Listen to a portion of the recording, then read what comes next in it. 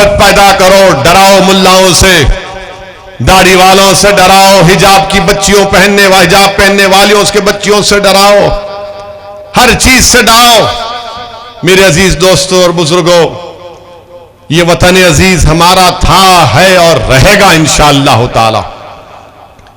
आज हम इस वतन अजीज के आजादी अमृत उत्सव के 75 साल मना रहे हैं और तारीख गवाह है और सुबह क़यामत तक यही तारीख रहेगी कि अंग्रेजों से जंग की लड़ाई, आजादी की लड़ाई 1920 में नहीं शुरू हुई थी, बल्कि टीपू सुल्तान की शहादत से जंग का आगाज हुआ। जंग प्लासी में सिराजुद्दौला की कुर्बानी से आगाज हुआ और फिर सन 57 में हमारे उलमाए कराम ने अंग्रेजों के खिलाफ जिहाद का फतवा दिया था। और ना सिर्फ फतवा दिया बल्कि अंग्रेजों के खिलाफ फतवा देकर उलमाए कराम ने अपनी जानों को कुर्बान कर दिया। अगर आज भारत को अंग्रेजों से आजादी मिली तो इसमें मौलाना महमूदुल हसन, उनकी कुर्बानी को कोई नहीं भूल सकता कि माल्टा की जेल में सर्दियों के मौसम में 4 महीने उस जेल के एक मैदान में इनको कैद करके रख दिया गया था। मुल्क से कितनी दूर है माल्टा, आज भी प्लेन से जाएंगे तो कम से कम 12 से 13 घंटे लग जाएंगे।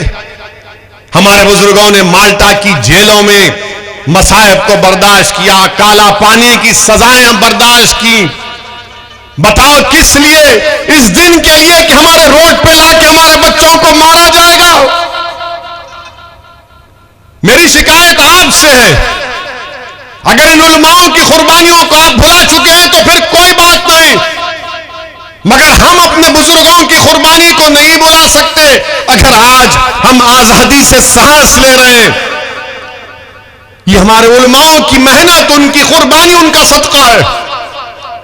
उन्होंने सब कुछ कुर्बान कर दिया अपना, और हम ये अपनी आंखों के सामने देख रहे हैं कि जिसने माल्टा की जेल में सर्दी के मौसम में जेल के मैदान में 4 महीने गुजारा, आज उन्हीं के जानशीन देख रहे हैं कि उनकी बेटी की अस्मत रेजी करने वालों को सरकार छोड़ती है संस्कारी होने के नाम पर। बताओ, या यही हम इसीलिए आजादी का अमृत उत्सव मना रहे हैं, यही हम खराज अकीदत पेश कर रहे हैं उन आजादी के अजीम मुजाहिदीन को जिन्होंने अंग्रेजों के खिलाफ अपना सब कर दिया, इसीलिए कुर्बान किया था, जिन्होंने पाकिस्तान के 2 नेशन थ्योरी को रिजेक्ट किया, मुस्तरद किया, भारत के कॉम्पोजिट कल्चर की बात की थी। यह भारत का कॉम्पोजिट कल्चर है कि रोड पे लाकर बच्चों को मारा जाए, शक की बुनियाद पर घरों को तोड़ दिया जाए, यह कॉम्पोजिट कल्चर है। रद्द पाकिस्तान की किताब लिखने वाले हुसैन अहमद मदनी के बारे में तुम क्या कहोगे, जिन पर क्या क्या इल्जाम नहीं लगाए गए, हमले किए गए। उनकी रूहें तड़प रही होंगी इस भारत को देखकर।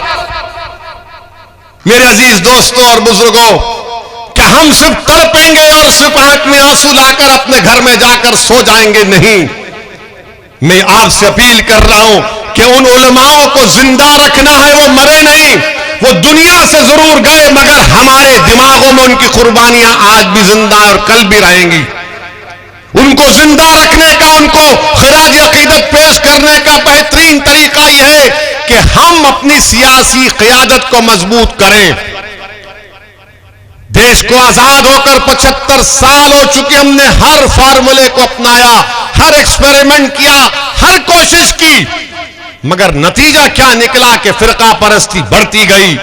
हम दिलों को मिलाने की बात किए, मगर सरकारों ने दिलों को तोड़ा। हमने घरों की दीवारों को हटाने की बात की, मगर हमारे घर को जला दिया गया। हमने कहा कि मिल बैठकर खत्म करेंगे, मगर आपने दूरियां पैदा की हैं। मेरे अजीज दोस्तों और बुजुर्गों, मेरी आपसे इल्तिजा है कि मंजलिस को एक मौका दीजिए। हम किसी मजहब के खिलाफ थे, ना कभी रहेंगे इंशाअल्लाह ताला। असदुद्दीन ओवैसी की फितरत में नहीं है किसी मजहब के खिलाफ जाने की। मैं तो चाहता हूं, मेरी ख्वाब, मेरी जुस्तजू, मेरा पैगाम यही है कि भारत में कमजोरों को इंसाफ मिले, भारत में मजलूमों को इंसाफ मिले, कमजोरों को ताकतवर बनाया जाए। और उसी वक्त होगा जब भारत के कमजोर अल्पसंख्यक समाज, दलित, आदिवासी और हमारे जो हिंदू भाई जो आज भी गांधी और नेहरू की कुर्बानियों को नहीं भूले हैं, वो उनको आगे बढ़ना पड़ेगा। वरना सिर्फ याद रखो, जिस राह पर हम देश को लेकर जा रहे हैं वो हम अपने मुजाहिदीन आजादी के राह जो ने सोची थी, जो ख्वाब देखा था, हम उन ख्वाबों को नहीं पूरा कर रहे, हम उनके ख्वाबों को चुकना चूर कर रहे हैं मेरे अजीज दोस्तों और बुजुर्गों। बहरहाल इंशाअल्लाह ताला जब यहां से मजलिस के कैंडिडेट का, उम्मीदवार का ऐलान होगा, मैं फिर से आपके दरमियान में आऊंगा। और मैंने बड़ी तारीफ सुनी कि यहां पर बेहतरीन खाना खिलाया जाता है, आपके हाथ बड़े मुबारक हैं। तो मैं जब छापी को आऊंगा तो इंशाअल्लाह ताला किसी एक घर पर जाकर आपसे फर्दन मुलाकात भी होगी। मगर मैं आपको तयख्खुन दे रहा हूं कि आप मजलिस के उम्मीदवार को यहां से कामयाब करिए। मैं आपको तयख्खुन दे रहा हूं, मैं जिम्मेदारी ले रहा हूं। इंशाअल्लाह ताला जो माजी में जिसको आपने कामयाब किया था उन्होंने कोई काम नहीं करवाया, मैं आपको दोबारा शिकायत का मौका नहीं दूंगा। मैं आपके भरोसे को शर्मिंदा होने नहीं दूंगा। बस यही चंद गुजारिशात मुझे आप तक करना था। आपसे इजाजत चाहता हूं। वाखिर दावान अल्हम्दुलिल्लाहि रब्बिल आलमीन।